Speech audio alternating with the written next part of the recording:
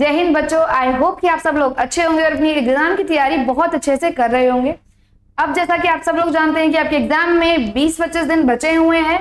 जब हम अपने एग्जाम की तैयारी शुरू करते हैं इस चैनल पर, ठीक एग्जाम खत्म होने के बाद परिणाम बैच से, तो इसे एंड भी हम लोग करते हैं एंड गेम सीरीज के साथ। एंड गेम सीरीज एक बहुत ही इंपॉर्टेंट रोल प्ले करने वाली है इस बार आपकी प्रिपरेशन में, क्योंकि इस बार हम लोग सिर्फ वन शॉट में अपने चैप्टर्स पूरे नहीं करने वाले। इस बार हम लोग करेंगे थोड़ा डिफरेंट, बिग शॉट में अपने चैप्टर्स कंप्लीट। बिग शॉट यानी कि कुछ इंपॉर्टेंट चैप्टर्स को बल्क में, यानी कि 2 से 3 चैप्टर या 4 चैप्टर्स भी क्लब करके आपको एक साथ प्रोवाइड किए जाएंगे बेस्ट से बेस्ट और अपडेटेड कंटेंट के साथ, जिससे कि आप लोगों को कम टाइम में ज्यादा कंटेंट भी मिल जाए, ज्यादा इंफॉर्मेशन मिल जाए और आपके एग्जाम के प्रिपरेशन के आप थोड़ा और करीब पहुंच जाओ। इसमें क्या होगा, जैसे देखिए, सबसे पहले मैं आपको बता दूं, मुझे मालूम है कि आप लोगों को मैथ्स बहुत पसंद है और आप मैथ्स को बहुत जी जान से पढ़ते भी हो, लेकिन आप ये मत भूलना कि जीएटी भी उतना ही जरूरी है आप लोगों के लिए जितना मैथ्स।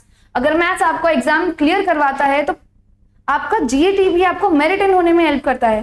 ठीक है, आप अब के टाइम में अगर आप देखो कि कट ऑफ इतनी ज्यादा हाई जा रही है 335 345 के आसपास, तो फिर ये बहुत ही डिफिकल्ट है आप लोगों के लिए कि आप इतना हाई स्कोर करें। तो इसलिए बहुत जरूरी है कि आप जीएटी को अपना स्ट्रॉन्ग क्वेश्चन बनाएं और मैथ्स को जो है, आप जब आपका कट ऑफ क्लियर होगी मैथ्स की, या फिर जब आप उसको क्लियर कर लेंगे तो मेरिट इन होने में कौन हेल्प करेगा? साइंस, जीएस, इंग्लिश, ये सब हेल्प करेंगे।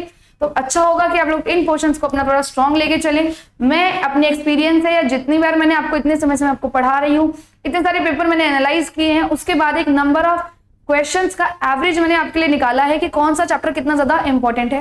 ये चीजें फिक्स तो नहीं रहती है कि इस चैप्टर से इतना क्वेश्चन आएगा ही आएगा, लेकिन हाँ, एक एवरेज जरूर आपको मिल सकता है कि कम से कम इतने या ज्यादा इतने क्वेश्चन इसमें से पूछे जा सकते हैं। उस हिसाब से मैंने एक चैप्टर की लिस्ट प्रिपेयर की है पूरे साइंस में से देखते हुए।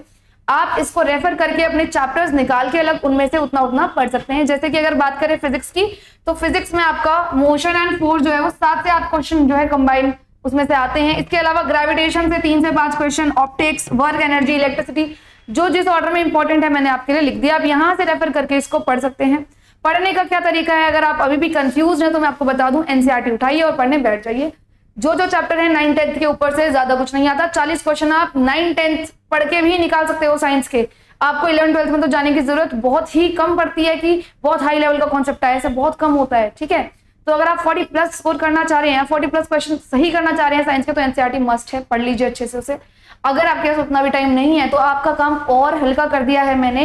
अगर फटाफट से आपको सब कुछ रिवाइज करना है, या जो आप पढ़ चुके हो उसे रिवाइज करना चाहते हो, नया रिवाइज किसी ने नहीं पढ़ाया, आप अब उसे शुरू कर रहे हो, तो आपको डर है कि होगा या नहीं। देखिए, आप अभी भी कंपटीशन में उतरना चाहते हैं तो उतर सकते हैं। दिलो जान से अपनी मेहनत कीजिए और साइंस, इंग्लिश, जीएस जैसे सब्जेक्ट्स को स्ट्रॉन्ग कीजिए। मैथ बशर्ते आपकी अच्छी होनी चाहिए।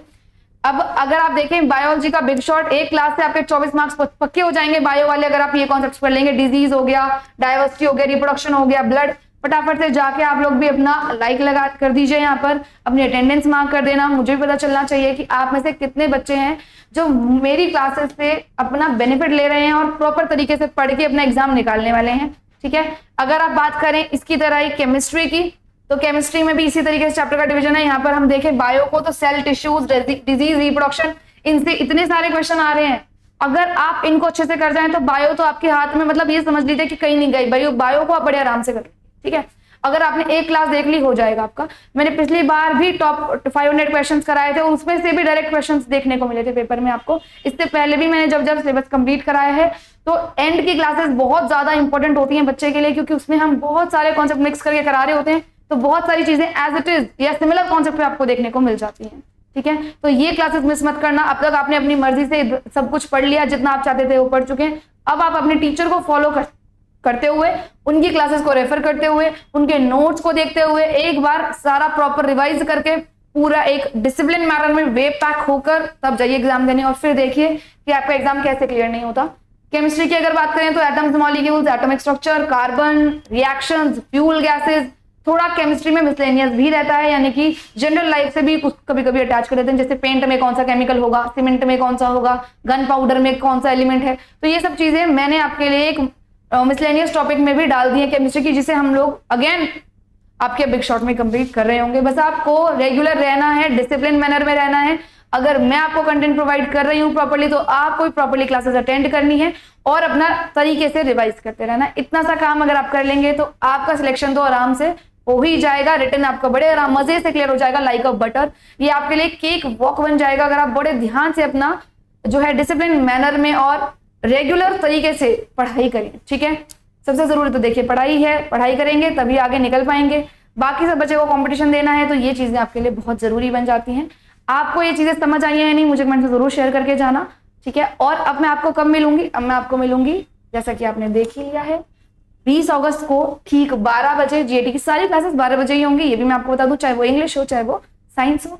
12 बजे मैं आपको मिलूंगी 20 अगस्त को। टाइम पे पहुंच जाना, लाइक मार्क कर देना, अटेंडेंस लगा देना, लिंक भी आपको गिवन है नीचे। ये वीडियो कैसी लगी ये भी मुझे बताइए। अब मैं आपको मिलती हूँ अगली वीडियो में। Till then take care, bye bye. पढ़ते रहिए और थोड़ा शांत रहिए, बिल्कुल घबराइए मत। एग्जाम पास आ रहा है, आपकी मंजिल और भी ज्यादा करीब है, तो घबराना नहीं है, हिम्मत रखनी है और पढ़ते रहना है। जय हिंद एंड टेक केयर।